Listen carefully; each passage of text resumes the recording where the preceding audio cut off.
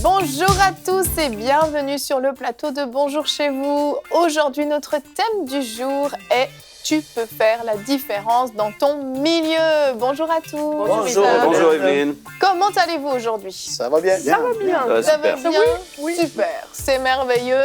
Aujourd'hui, on va voir comment dans notre milieu, alors un milieu, ça peut être une famille, ça peut être notre milieu professionnel, ça peut être avec nos amis, ça peut être dans notre église, peu importe, au milieu des gens qui nous entourent. Voilà, tout simplement, c'est ça, notre milieu.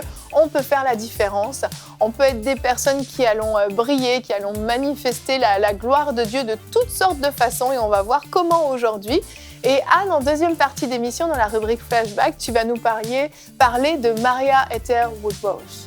Oui, exactement. Je ne sais toujours pas le prononcer. C'est ça, une femme qui a fait la différence dans son milieu de manière absolument brillantissime. C'était une fermière, mais dont Dieu s'est servi d'une manière puissante. On est encore éberlué 100 ans après, 150 ans après. Je vais vous raconter, elle a eu un destin absolument fabuleux, à tomber de sa chaise. Alors, restez avec nous. On l'a appelée la grand-mère du... La grand-mère du pentecôtisme. C'est ça. Ouais. Quand même. Quand même, hein. Ça, c'est quand on t'appelle comme ça, c'est que c'est du sérieux. Peut-être qu'aujourd'hui, c'est l'arrière-arrière-grand-mère. Oui, bon, on calcule plus, hein. On n'en est plus là, ouais.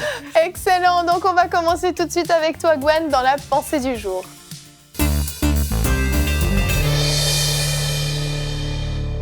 Alors oui, aujourd'hui, on dit et on veut dire à quelqu'un que vous pouvez faire la différence. Et le titre de ma pensée, c'est « Que ta lumière brille ». C'est vraiment une invitation du Seigneur à savoir que notre lumière doit briller, amen, dans notre entourage. Et Matthieu 5,13 nous dit « Vous êtes le sel de la terre ». Matthieu 5,14 dit « Vous êtes la lumière du monde ». Rien que ça. Et on voit aujourd'hui qu'il y a beaucoup de chrétiens qui passent toute leur vie, je dis bien toute leur vie, à chercher des solutions, alors qu'en fait, le mandat de Christ pour nos vies, c'est d'être une solution, la solution. Il dit, vous êtes le sel, vous êtes la lumière. C'est important, parce que ça devrait vraiment déjà nous challenger. On connaît bien ces versets, mais en théorie, qu'est-ce que ça donne? Qu'est-ce que ça donne en pratique? Le Seigneur ne nous appelle pas seulement le sel ou la lumière, il nous appelle le sel de la terre, et il nous appelle la lumière du monde, ce qui veut dire pour le monde, pour la terre, avec un but. On a un but, on a une capacité, on a quelque chose qui est pour, c'est fait pour donner. Et autrement dit, on est l'élément clé sur cette terre qui devrait changer, impacter notre environnement. On est cette lumière qui entre et là où il y a des ténèbres, les ténèbres s'enfuient parce que la lumière est entrée. Là où la vie manque de goût pour certains, pour ceux qui sont en train de dépérir, ceux qui sont fatigués, chargés, on devrait être le sel qui assaisonne leur vie. Et c'est vraiment important. La quatrième chose que je voudrais dire, c'est que lorsqu'il y a un chrétien dans un environnement, une entreprise, un milieu, un travail, une famille, c'est cette personne qui devrait être connue non seulement pour son excellence, pour sa joie, pour son intégrité et toutes sortes de qualités qu'on peut connaître à l'homme de Dieu. Mais pas seulement. Le chrétien, c'est aussi cette personne qui a une capacité surnaturelle à apporter une solution dans ce monde. Et aujourd'hui, vous êtes un chrétien, vous êtes une chrétienne et vous nous regardez et votre vie, elle ne ressemble pas forcément à ce que je suis en train de dire, mais ça peut changer. Si on commence à comprendre que Dieu nous a donné un mandat, que Dieu a posé sur nous un mandat spécifique pour cette terre, c'est de faire des disciples, mais aussi d'être une solution ou la solution pour ce monde. La cinquième chose que je voudrais dire, c'est que le chrétien, c'est un ambassadeur de Christ. Et ça, on aime bien le dire à toutes les sauces dans les églises. On est un ambassadeur, on est un ambassadeur. Il y a même des chants où on est un ambassadeur. Mais en fait, un ambassadeur, c'est quoi? C'est une portion d'un territoire. Et vous êtes la portion du territoire du ciel. Au ciel, il n'y a pas de maladie. Au ciel, il n'y a pas de pleurs. Au ciel, il n'y a pas de manque. En gros, lorsque vous êtes là, vous êtes l'ambassadeur. Cette portion du ciel, une portion du ciel, c'est pas rien. C'est pas rien, une portion du ciel qui s'est avancée vers quelqu'un, donc vous portez une grande solution en vous. Donc aujourd'hui, je veux encourager quelqu'un à réaliser qu'il porte bien plus qu'il pense en lui-même et que le tout-puissant Saint-Esprit habite en nous et qu'il veut, au travers de nous, exercer les diverses grâces de Dieu, les grâces du Seigneur. Tout comme Jésus allait de lieu en lieu faisant du bien, vous allez de lieu en lieu faisant du bien, vous faites la différence. Vous n'êtes pas comme les ténèbres qui impactent ce monde d'une manière malheureuse, mais vous êtes comme Jésus-Christ qui impacte ce monde d'une manière bienheureuse, si je puis dire. Donc, que votre lumière brille puissamment dans ce monde qui attend avec un ardent désir la révélation des fils et des filles. Gloire à Dieu. Amen, amen. C'est extraordinaire quand on réalise celui ou celle qu'on est et que Dieu fait de nous.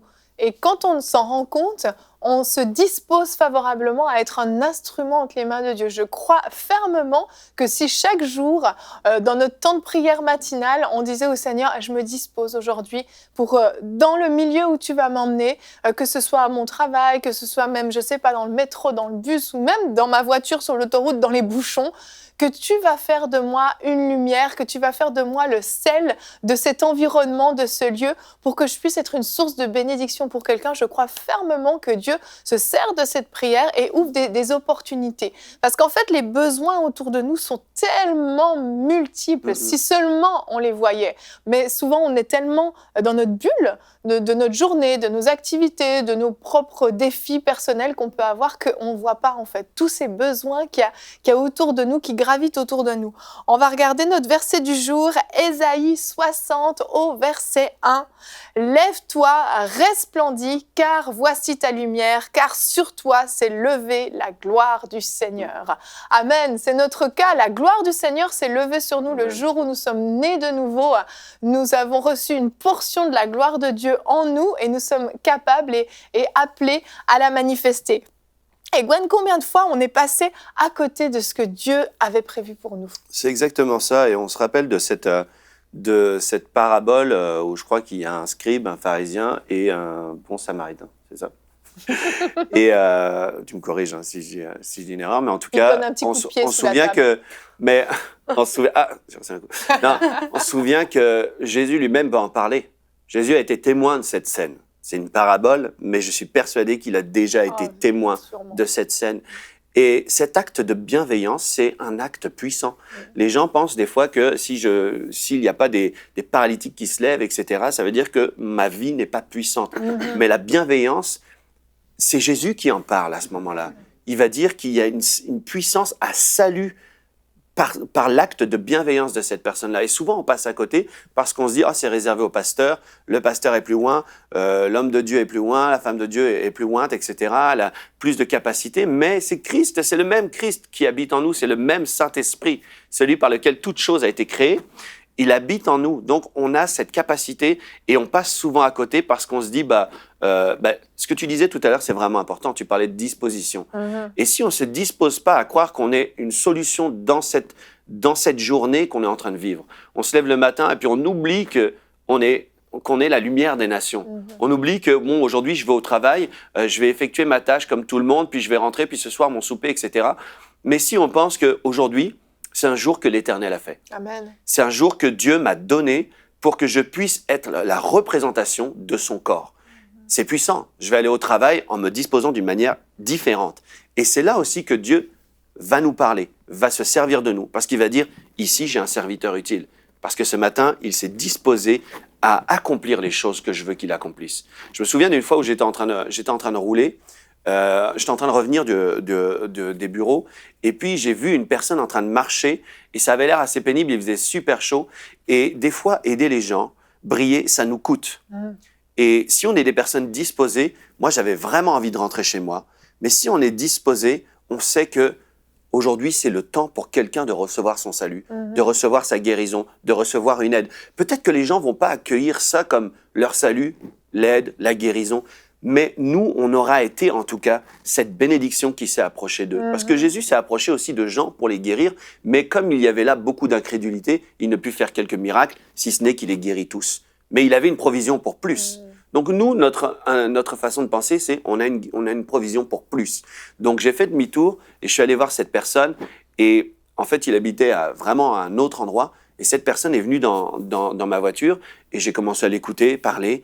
Et en fait, cette personne était déjà venue une fois dans notre église. Oh. Ouais, une fois dans notre église. Donc pour lui, c'était la manifestation que Dieu le cherche, que Dieu le poursuit, même quand il est là en train de marcher sous le soleil, qui revenait d'une journée de travail difficile, etc. Ben, c'est la manifestation du corps de Christ et la manifestation de la main de Dieu. Donc des fois, on passe à côté parce qu'on ne se dispose pas, parce qu'on ne pense pas que c'est nous la solution. Ouais. Et puis des fois, on néglige même le salut qu'on porte. Je me souviens, une fois, j'étais dans un magasin et puis il y avait cette personne qui était là, qui était en train d'avoir une attitude vraiment exécrable à mon égard. Et puis, je me suis laissé emporter, non pas dans la colère, mais à avoir une argumentation, un débat avec lui, parce qu'il était en tort. Et puis, je suis parti de là. Et une fois que j'étais dans ma voiture, j'étais avec ma femme, mes enfants, et là, il y a eu comme une tristesse à l'intérieur de moi. Et le Saint-Esprit m'a juste dit, t'étais l'occasion pour cette personne de voir la lumière aujourd'hui. Et tu l'as manqué. Aïe. C'est non pas que Dieu me condamnait, mais cette personne, elle avait besoin de voir la lumière. Moi, j'étais dans un magasin d'outillage, tu sais, et des fois, on se dit, on s'en fiche, c'est un magasin d'outillage, je vais juste chercher des outils, je vais juste faire mes courses. Non, tu vas dans un environnement pour l'impacter. Ouais. Tu y vas, tu vas faire tes courses, certes, mais ça, c'est secondaire. Tu t'occupes des choses du royaume. Lui, il s'occupe de remplir ton caddie. Amen. Amen. Et donc, ça, c'était une des choses que j'ai vécues. Une autre chose que j'ai vécue qui est plutôt positive, c'est qu'un jour, on sortait de l'église et j'étais rempli, on avait eu un culte extraordinaire, j'étais rempli du Saint-Esprit et je pouvais rien faire d'autre que prier en langue. Je priais en langue, et puis on allait faire les magasins. On était avec Jérémie, Annabelle et puis ma femme, et puis on était dans le magasin, puis je me suis posé et je priais en langue. J'étais là, je priais en langue, j'étais rempli du Saint-Esprit. Mon fils est venu à côté de moi, il s'est mis à prier en langue. Et dans un magasin, c'est pas interdit de prier en langue dans les magasins. Amen. Surtout, c'est même pas écrit sur les portes, ne priez pas en langue. Et donc, là, je prie en langue, puis d'un coup, j'ai un chant qui vient dans mon cœur, et je commence à chanter un chant en anglais que je chante absolument jamais, mais vraiment jamais. Et puis, je commence à chanter ça, je connaissais à peine les paroles, mais juste le refrain. Et là, il y a une personne qui ouvre la cabine, qui me dit, c'était une anglophone, qui me dit, je connais cette chanson, on chante ça dans mon église, etc. Et puis, il y avait son ami qui n'était pas sauvé, qui lui, pour lui, c'était un signe encore que Dieu vient à sa rencontre. Comment s'est terminée cette histoire? Je les ai fait venir tous les deux. Il y avait la cabine d'essayage. Tout le monde était habillé. Merci de préciser. Priez pas pour les gens lorsqu'ils sont tout nus. Fuyez! Même pudicité. Oui. Mais faut donner des conseils, Yveline. Merci Gwen. Et puis là, je me suis mis à prier pour eux, mais surtout particulièrement pour lui, Oui. qui connaissait juste un tout petit peu l'Évangile, mais qui n'était pas sauvé. Mais être rempli du Saint-Esprit et disposé pour toutes sortes de bonnes œuvres, c'est là le devoir du chrétien, en fait. Amen. Amen. Nous sommes appelés à être la lumière du monde. Jésus est la lumière du monde. Hein. Il dit, pendant que je suis dans le monde, je suis la lumière du monde. Mais maintenant, il dit, c'est vous la lumière du monde. Oui. Mais en fait, la lumière que nous sommes, c'est la sienne. Exact. C'est la sienne qu'il a allumée en nous. Et Jésus nous dit, personne n'allume une lampe pour la mettre sous un boisseau.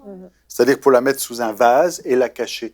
Et quelque part, si on pense d'un point de vue du Père, et de dire j'ai allumé plusieurs lampes, mais elles sont toutes cachées. C'est-à-dire à quoi ça sert toutes les lampes que j'ai allumées? Ce que le Seigneur a déposé en vous, l'Esprit qui est en vous, la bonne nouvelle que vous avez reçue, si c'est pour qu'elle soit cachée, c'est une lumière qu'on a cachée sous un vase et sous un lit. Et c'est pas comme ça que ça doit marcher, notre lumière.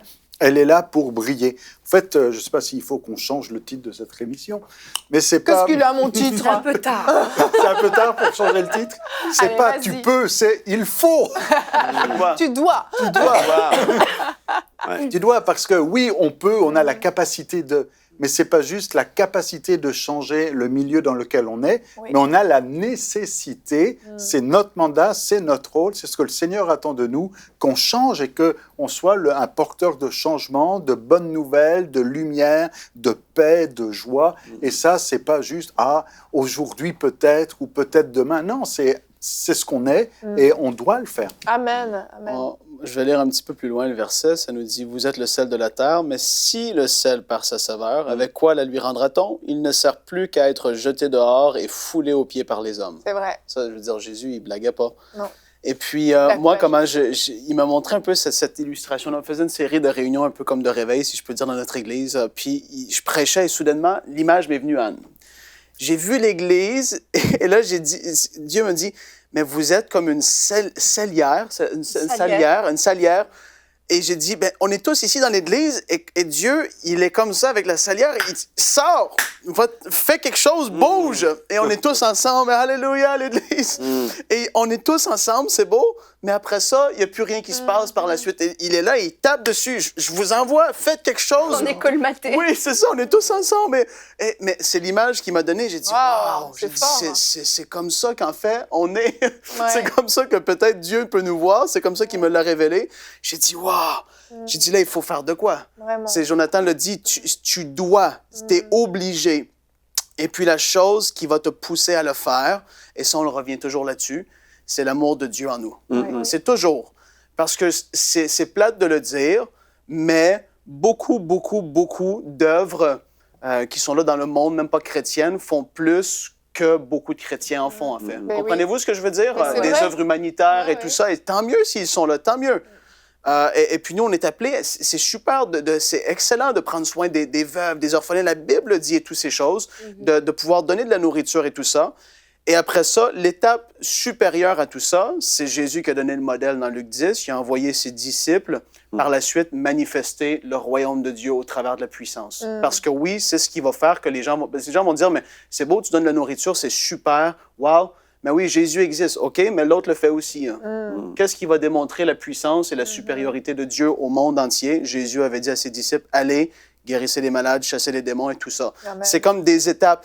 Un n'est pas forcément meilleur que l'autre, mais c'est l'amour de Dieu qui nous pousse à ça, à agir. Et après ça, ben, la puissance de Dieu se manifeste davantage aussi, mais c'est un tu dois comme Et Jonathan tout le l'a monde dit. est appelé. Ouais, tout le monde. Tout le monde est appelé. La lumière ne sera pas... Il y en a qui savent peut-être briller plus, d'autres briller moins, mais ça brille. Ouais. Et la lumière, elle est là. Alors on va dire, oui, mais moi, je ne suis pas... On donne souvent l'exemple de Billy Graham ou de quelqu'un comme ça. Bon, là, peut-être ça brillait fort, mais ça ne veut pas dire que ça ne doit rien briller. Non, vrai. c'est ça. Et peut-être vos enfants ont chanté ça quand ils étaient petits, ou enfin, en tout cas, les notes, oui. This Ma will petite light up my- lumière, ma petite lumière, Je Ouais. la ferai Je la briller. ferai briller. Tiens, je vais le faire dans Hosanna. Ma petite lumière. Je la ferai Je chante avec Gwen aujourd'hui. Je Ma la ferai petite lumière. J'ai été dans une... connais pas. Je la ferai Alors, briller. let it Je- shine. Shine, let it shine, let it Je shine. la connaissais en anglais. Alors, je pourrais effectivement. dire que j'ai fait une émission de télévision où j'ai chanté avec. Oh là là, quel grand. Quel privilège. Quel beau final Quel à privilège ce pour moi, temps je dirais. de partage en musique. L'apothéose. En musique. Merci à tous pour ce beau final en chanson. On va maintenant passer à la rubrique flashback avec Anne.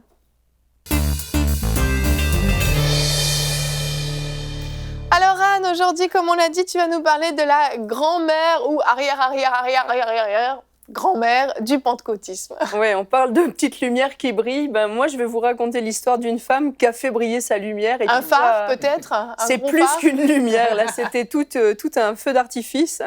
Et ouais, c'était un personnage haut en couleur, cette grand-mère Ether. Hein. Ouais, on l'a appelée Grandma Ether.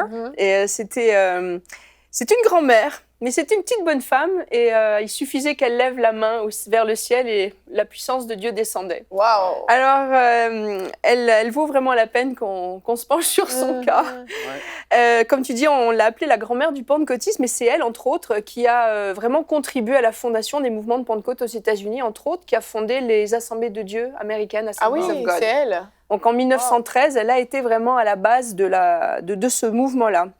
Et ça a été une prédicatrice vraiment talentueuse, remplie de l'Esprit de Dieu, et elle a amené des milliers de gens à la repentance. Il y a eu beaucoup de guérisons sous son ministère aussi, et des visitations de l'Esprit de Dieu extrêmement puissantes, à tel point que certains ont même dit qu'elle a été, pour la première fois depuis le livre des Actes des Apôtres, vraiment un démonstrateur de l'Esprit de Dieu. Quand même. Alors Ah voilà, ouais. elle a toutes sortes de surnoms, mais c'était The Greater Demonstrator of the Spirit, since Wow. the Book of Acts. Donc c'est vraiment c'était une petite bonne femme, mais qui était remplie de la puissance de Dieu.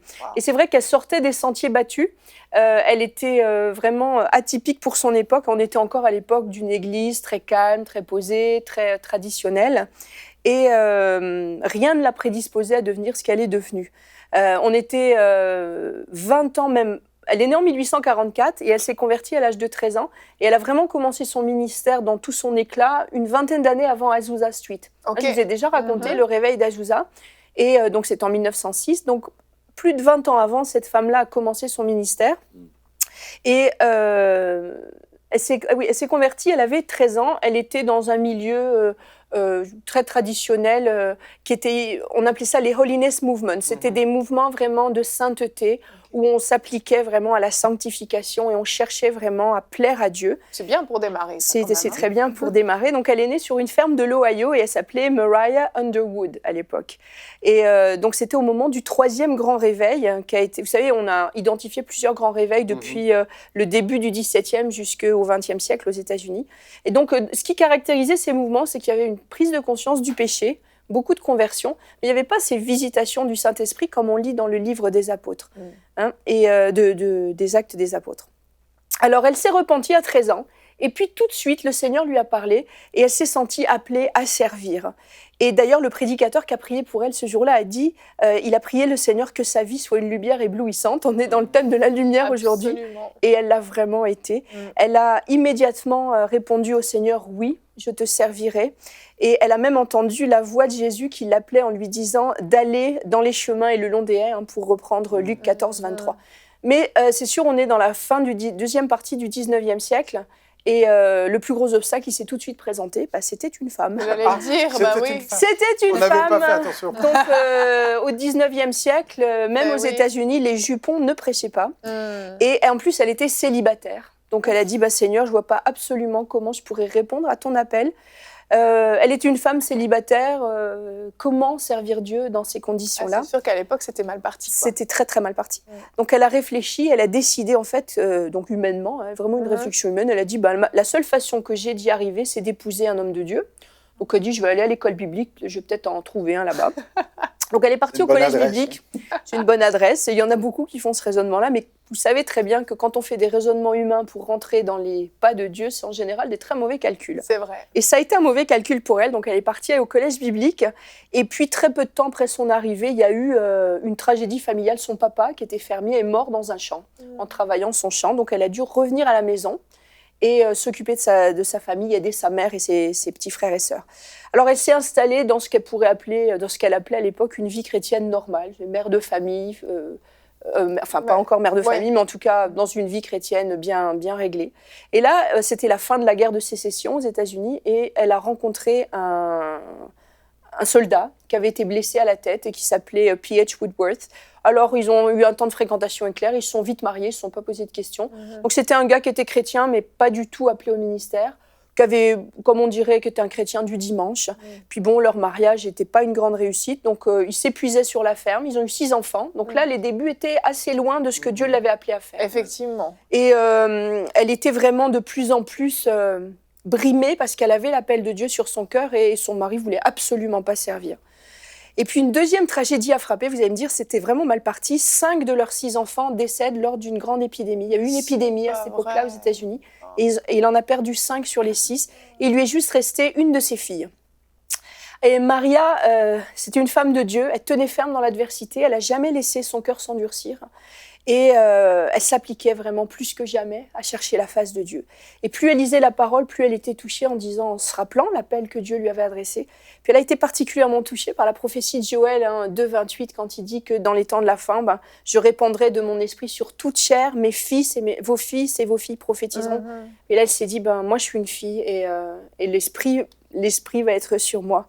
Amen. Alors elle a prié, elle a porté les yeux vers le ciel en disant, Seigneur, je ne sais pas prêcher, je ne sais absolument pas quoi dire et je n'ai pas fait d'études.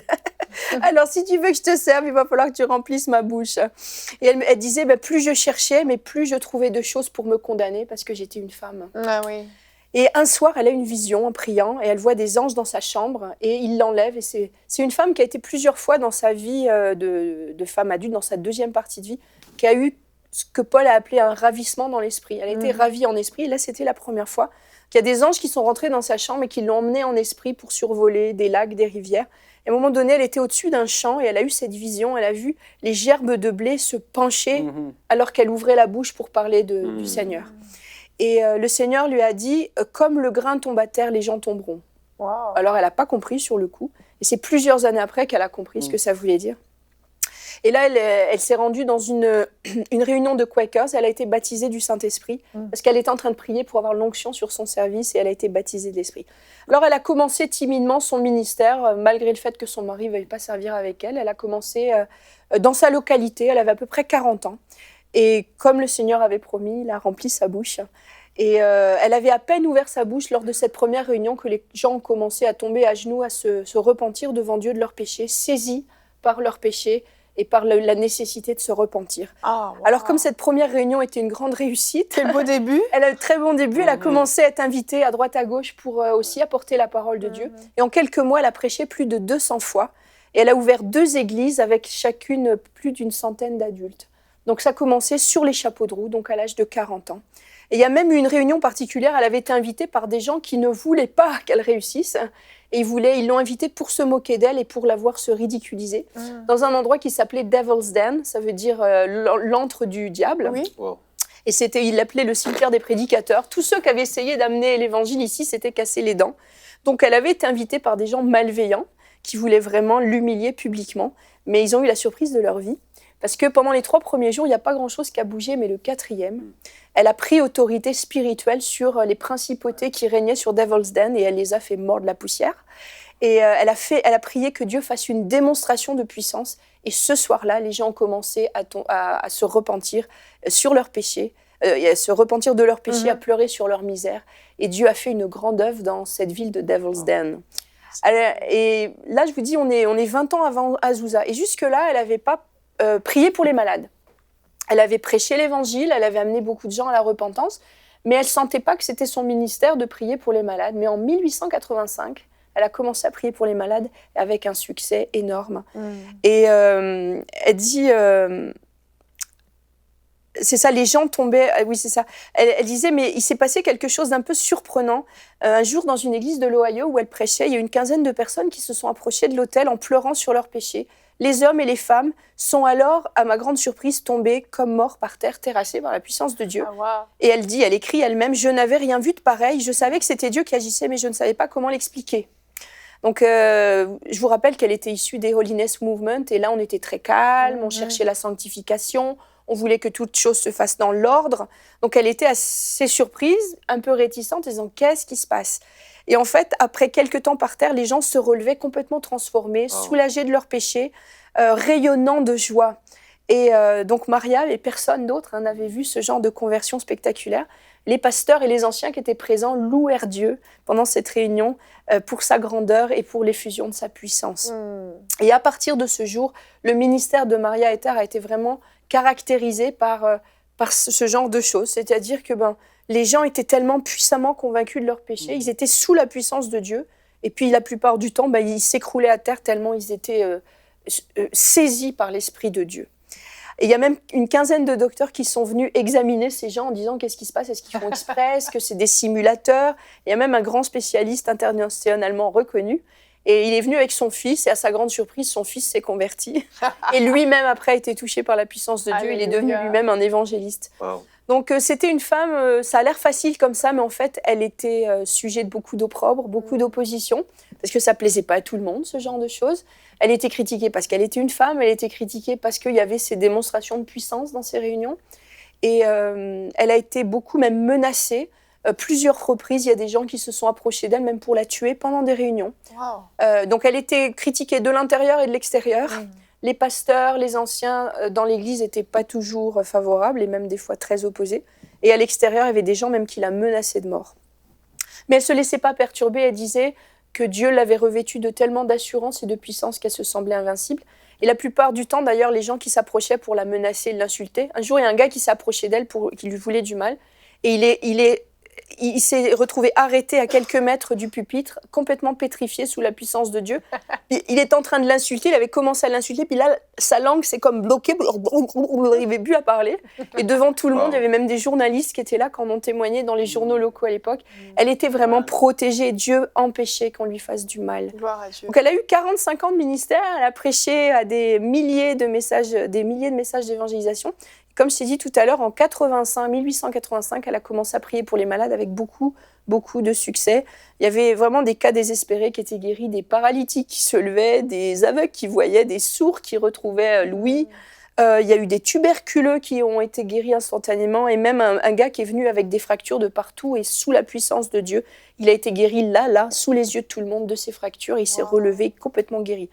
Et il y a plein de témoignages, il y a eu des recherches de fait dans les années 70 dans les journaux locaux de l'époque et il y avait plein de journalistes qui avaient des entrefilets de journaux qui disaient ce qui s'était passé. Donc c'est pas une légende, c'est pas des gens qui ont fait de la mousse avec des choses, vraiment des choses qui sont arrivées à l'époque. Elle a été une grande source d'inspiration, entre autres pour Aimee McPherson, dont on a déjà parlé dans cette émission, pour Smith Wigglesworth aussi. Ah oui. Et quand il y a eu le réveil d'Azusa Street, quelques années plus tard, à la fin du réveil d'Azusa Street, il y a un homme d'affaires qui a voulu un peu ramener la flamme à Azusa et qui lui a demandé en 1912 à Maria Ether de venir prêcher. Et là, le feu a repris à Azusa, dans une deuxième vague de feu qui a repris sous l'onction de cette femme. Je vous dis, elle était tellement remplie de l'Esprit de Dieu qu'il suffisait qu'elle lève sa main, on la voit sur cette photo, elle levait sa petite main et là, l'Esprit de Dieu tombait. Vraiment, vraiment c'était caractérisé comme ça. Elle levait sa main et l'Esprit de Dieu agissait. Donc les gens se repentaient de leurs péchés, ils se convertissaient, les malades étaient guéris, il y avait des démoniaques qui étaient délivrés. C'est extraordinaire. Et il y en a qui vont peut-être nous écouter en ce moment puis qui se disent « Ah bah oui, mais ça c'était pour... ça fait 150 ans, 100 ans et c'est plus pour maintenant. » Et que l'Église maintenant est tombée dans bien des travers. Mais je voulais leur dire à ces gens-là que c'était pas du tout la vision de Maria. Et les signes et les miracles sont encore pour aujourd'hui. Ouais. Et non seulement ils sont encore pour aujourd'hui, mais il y a une fabuleuse prophétie qui a été donnée à cette même époque. Au début du XXe siècle, en 1912 ou 13, je crois, on l'a appelée la prophétie des 100 ans, que Maria Ether d'ailleurs a donnée, entre autres, mais aussi Charles Parham, dont je vous ai déjà parlé, qui était le premier à avoir enseigné le message de la Pentecôte, et aussi William J. Seymour, qui a été celui qui a amené le réveil d'Azusa. Donc, par exemple, Charles Parham et William J. Seymour ont donné la même prophétie le même jour à 2 endroits différents. Ah ouais. Et Maria Ether, dans un autre endroit, a dit la même chose aussi en 1913. Donc, ces gens-là ont dit qu'il y aurait un autre grand mouvement de l'Esprit dans une centaine d'années, donc maintenant. Et il y aurait une effusion de l'Esprit de Dieu et une démonstration de sa gloire plus grande et de plus grand impact encore qu'Azusa. Ça, c'est ce qu'ont dit William J. Seymour et Charles Parham. Et pendant l'été, Maria a commencé des réunions de réveil à Chicago. Et il y a eu, pendant 6 mois, ça a été vraiment l'effusion absolue de l'esprit sur toute la ville de Chicago. Et le réveil s'est répandu même jusqu'au Canada. Et jusqu'à UMCI maintenant. Et donc, pendant ce réveil de Chicago, qui a été vraiment extrêmement puissant, Maria aussi, un soir où il y avait particulièrement une visitation de l'esprit, elle a dit qu'il y aurait... voici ce qu'elle dit. « Nous ne sommes pas encore arrivés à la plénitude de ce que l'Esprit de Dieu veut faire. Cela dépassera de loin ce que nous avons vu ici. Dieu va se manifester de manière plus grande encore dans une centaine d'années, avec une gloire qui ne s'est jamais encore vue. » Alors, voilà ce qu'a dit Maria, voilà ce qu'a dit Charles Parham, voilà ce qu'a dit William J. Seymour, qui étaient des hommes et des femmes de Dieu remplis de la puissance de l'Esprit, puis qui ont caractérisé cette époque puissante de réveil pentecôtiste hallucinant. Et ces gens-là ont prophétisé que dans une centaine d'années, il y aurait à nouveau quelque chose d'encore plus puissant, puis nous y sommes. Alors, nous le croyons, et puis nous l'attendons. Mais ce que disait Maria, elle disait, il vaut mieux s'user pour Jésus-Christ que de rouiller sur place. Et je pense qu'il y a beaucoup de choses qui ne viendront pas si on reste rouillé sur place. Il faut chercher la face de Dieu. Ce qui a caractérisé ces gens, donc Maria, Charles Parham et William J. Seymour, c'est des gens qui étaient humbles et c'est des gens qui cherchaient avec avidité la face de Dieu. Et l'Esprit de Dieu s'est répandu là où il y a eu des gens pour l'accueillir. C'est vrai. Donc ça ne sert à rien de rester les bras croisés et d'attendre que ça vienne tout seul, parce que ça ne viendra pas tout seul. Il faut vraiment qu'il y ait des hommes et des femmes qui s'appliquent à chercher la face de Dieu. Puis je vais finir en disant une citation de Maria Ether, parce qu'on l'a vu au début de l'histoire, la chose qui l'a vraiment bloquée, c'était d'être une femme. Et elle a commencé juste à répondre à son appel, à rentrer dans son appel qu'à 40 ans. Ouais. Donc elle a été appelée à 13 ans et elle est rentrée dans le service vraiment qu'à 40 ans. Puis je pense qu'il y a beaucoup de femmes qui nous écoutent qui sont aussi bloquées par toutes sortes de raisonnements. Comme elle disait, plus j'étudie, plus je me trouve condamnée. Je pense qu'il y a des femmes qui nous écoutent, qui sont dans ce cas-là. Et elle a dit ceci, je vais vous le dire en anglais parce que c'est ses paroles à elle, puis après je vais vous le traduire en français. Elle a dit « My dear sister in Christ, as you hear these words, may the Spirit of Christ come upon you and make you willing to do the work the Lord has assigned to you. » Et en français, c'est « Ma chère sœur en Christ, comme tu entends ces paroles, que l'Esprit de Christ vienne sur toi et te fasse désirer ardemment faire l'œuvre que le Seigneur t'a assignée. » Alors je vais vous laisser sur ces paroles. Elle a été une puissante inspiration. Je vous ai dit pour Aimee McPherson, pour beaucoup d'autres, pour même Catherine Kuhlman, pour des hommes aussi comme Smith Wigglesworth. Et elle a été vraiment la grand-mère du pentecôtisme. 20 ans avant Azusa, elle commençait déjà les réunions de réveil. Et c'est elle qui nous a laissé ce message inspirant. Et puis aussi cette prophétie qu'on attend, et on l'attend fermement, parce qu'on sait que ce qui sortait de la bouche de cette femme, c'était à prendre très au sérieux. Amen. Waouh, quelle histoire extraordinaire. Toi, Frank, tu la connaissais déjà. J'ai lu personnellement. Personnellement, dans une... En fait, Frank est le grand-père du prochain mouvement. Le grand-père de Maria Etterwoodpost. Mais Maria, c'était super puissant. Et tu as parlé des manifestations comme ça aussi. Et des gens, il y avait dans des réunions, les gens figeaient en fait. Tu as lu un peu? Figeaient, vraiment. Ils figeaient dans l'esprit. Ils arrivaient, mettons, ils s'approchaient d'elle, puis et ils pouvaient rester comme ça pendant des heures et des heures et des heures. Et à un moment donné, et là, mais il se passait des trucs. Et ça, j'ai vu ça une fois dans une réunion de puissance. En fait, c'est la seule fois de ma vie où je suis tombé moi-même, personnellement. L'homme de Dieu qui était venu, il était dans le coin de Montréal. Il ne m'a pas touché. C'était une réunion très, très puissante. Il ne m'a pas touché. J'ai revolé. C'est arrivé une fois. Et dans cette même réunion, il y a quelqu'un que je connais qui a figé pendant près de 2 heures. Et j'en revenais pas. Moi, ça avait duré un bout à terre. Je t'ai visité. Et puis, quand la personne était figée, comme ça dans l'esprit. Et là, moi, j'étais là, waouh, il se passe de quoi? Il se passe de quoi? Et c'est spécial. Pourquoi figer? On se dit, pourquoi figer à la maison? Dieu fait ce qu'il fait et il n'y a pas besoin de nous tout faire comprendre. Il y a une raison. Et après ça, c'est comme, le temps, Dieu a fait quelque chose. Et il visitait les gens d'une façon surnaturelle, vraiment, dans ces réunions. Mais comme tu l'as dit, Aimee Semple McPherson et les autres, après ça, c'était wow, c'était une inspiration extraordinaire. Puis c'est ça, c'est vraiment le sceau de Dieu sur des femmes. C'était comme génération après génération. Aimee était un petit peu plus jeune, Catherine plus jeune après, mais c'est comme ils s'enchaînaient comme ça et c'était tellement puissant. Elle a vraiment ouvert la voie, en fait, Elle a ouvert la voie. à quelque chose de différent. Ouais. Ça, puis pour ceux qui écoutent et qui ont des réticences ou qui disent ça ne marche pas, il faut comprendre que là, ce qui se passe avec cette femme-là, il n'y a aucune imitation de quoi que ce soit. Il ne s'agit pas de faire ce que les autres ont déjà fait. Non, c'est-à-dire que c'est quelque chose, c'est Dieu qui l'a fait. Oui. Parce qu'aujourd'hui, certains vont dire il y a certains événements, manifestations qui se passent dans des églises où c'est fait, où c'est forcé. Bon, tandis que là, ce n'est pas le cas. Et du coup, ça doit nous amener à d'autant plus d'humilité et de dire le Seigneur peut agir de différentes manières, comme il veut, et que ce qui est important, ce n'est pas la manière, mais c'est comment ça se produit. Je vais prendre juste quelques secondes pour raconter une vieille histoire. Vas-y. Je me souviens qu'il y a quelques temps, il y avait une critique par rapport à la bénédiction de Toronto, ou parce qu'il y avait des gens qui rigolaient là-bas. Bon, je ne prends pas position d'un côté ou de l'autre, mais en tout cas, on va dire non, mais ça ne marche pas.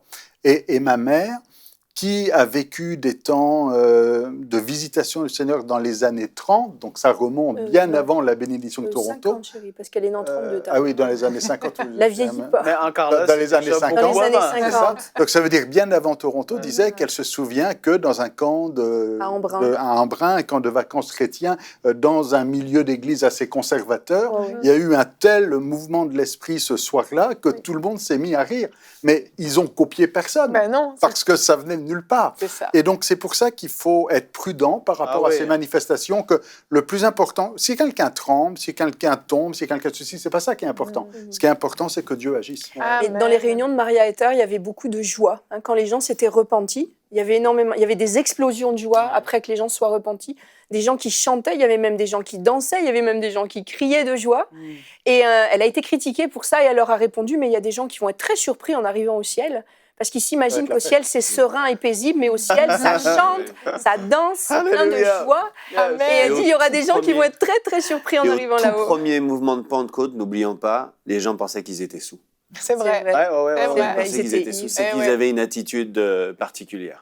Donc il faut pas vouloir surfaire, essayer Non. d'imiter et de faire du simili, mais laisser la liberté au Saint-Esprit de faire ce qu'il a à faire quand il a à le faire sur les gens qu'il a désignés. Amen. Merci Anne pour cette belle rubrique flashback. Tu nous as encore appris des choses qui nous boostent et qui nous encouragent à nous aussi aspirer à vivre des choses comme celle-là.